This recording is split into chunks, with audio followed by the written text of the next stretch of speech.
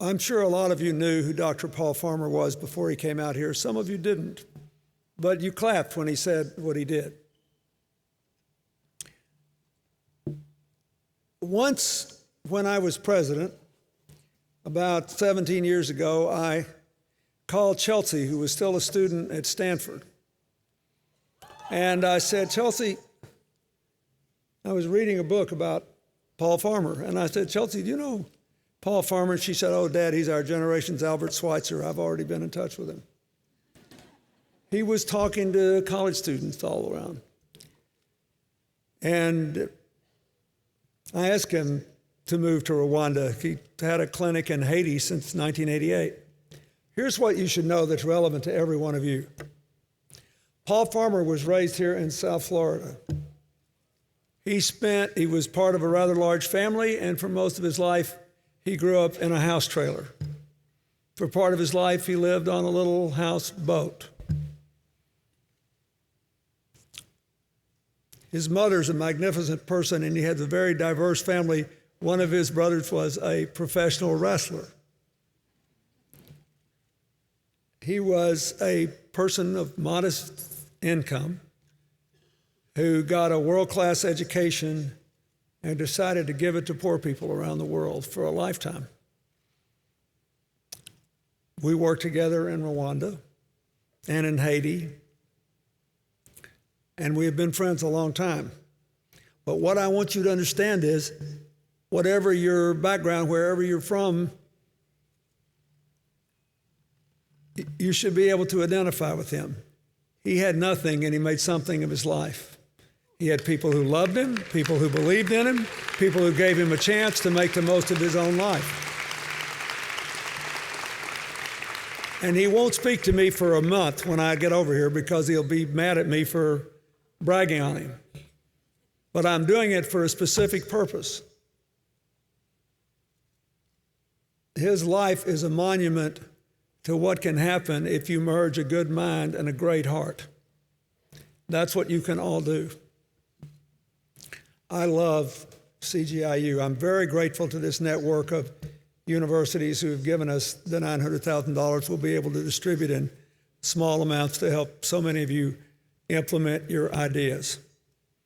I'm grateful to the University of Miami for having us twice, and my longtime friend, President Shalala, for doing that.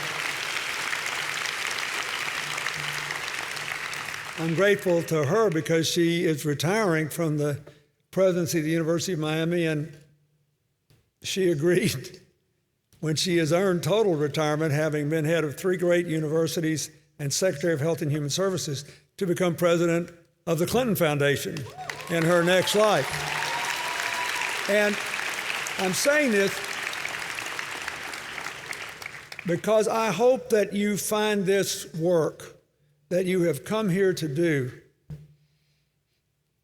addictive in a positive way. I hope it becomes part of the pattern, the rhythm of your life. I hope you will not be discouraged if what you do doesn't always work out. Nobody's right all the time. No one has all the answers. But the future that you will live will be shaped in no small measure by people like you, and whether you in sufficient numbers, with sufficient intensity, commit to participate in what one of our great Supreme Court justices in America called the action and passion of your time. You cannot be deterred by failure. You should embrace it and learn from it. You should be proud of who you are. But remember what I said.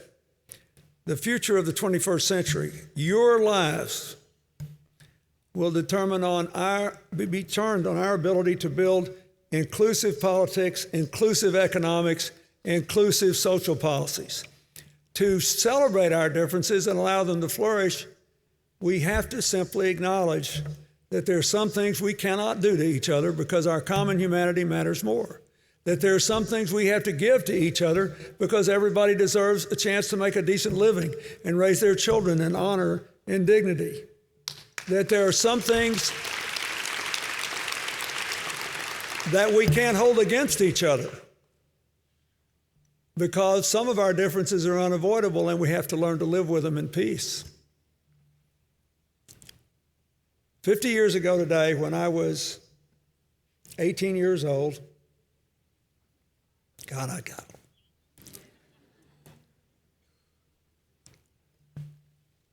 The Great March, which you will see on television tonight, across the Edmund Pettus Bridge in Selma, Alabama, occurred, which directly led eventually to a march all the way to Montgomery, Alabama, after which the Congress of the United States passed the Voting Rights Act, guaranteeing people the right to vote without regard to their race or background or religion. Now,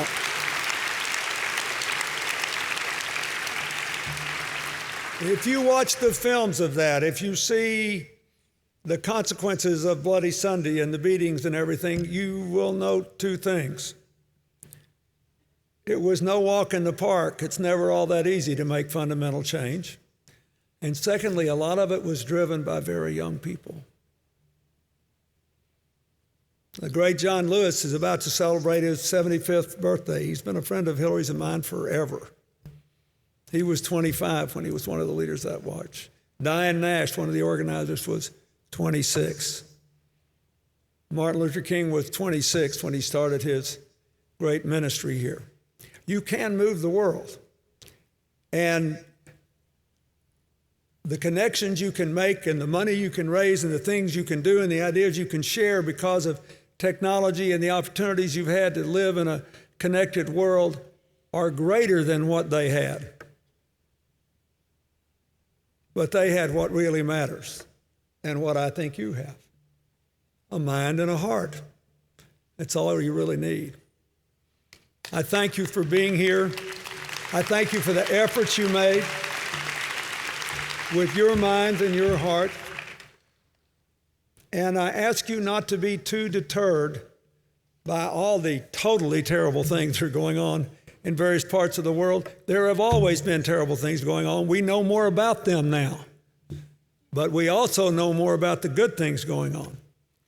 The Millennium Development Goals that will be met in reducing extreme poverty and improving health care and reducing infant and maternal mortality. Our ability, your ability to meet the challenges that you will face is greater collectively and individually than at any time in human history. Do not get down, march on. Remember the people crossing the bridge? Just cross your own bridge and keep walking. God bless you and thank you.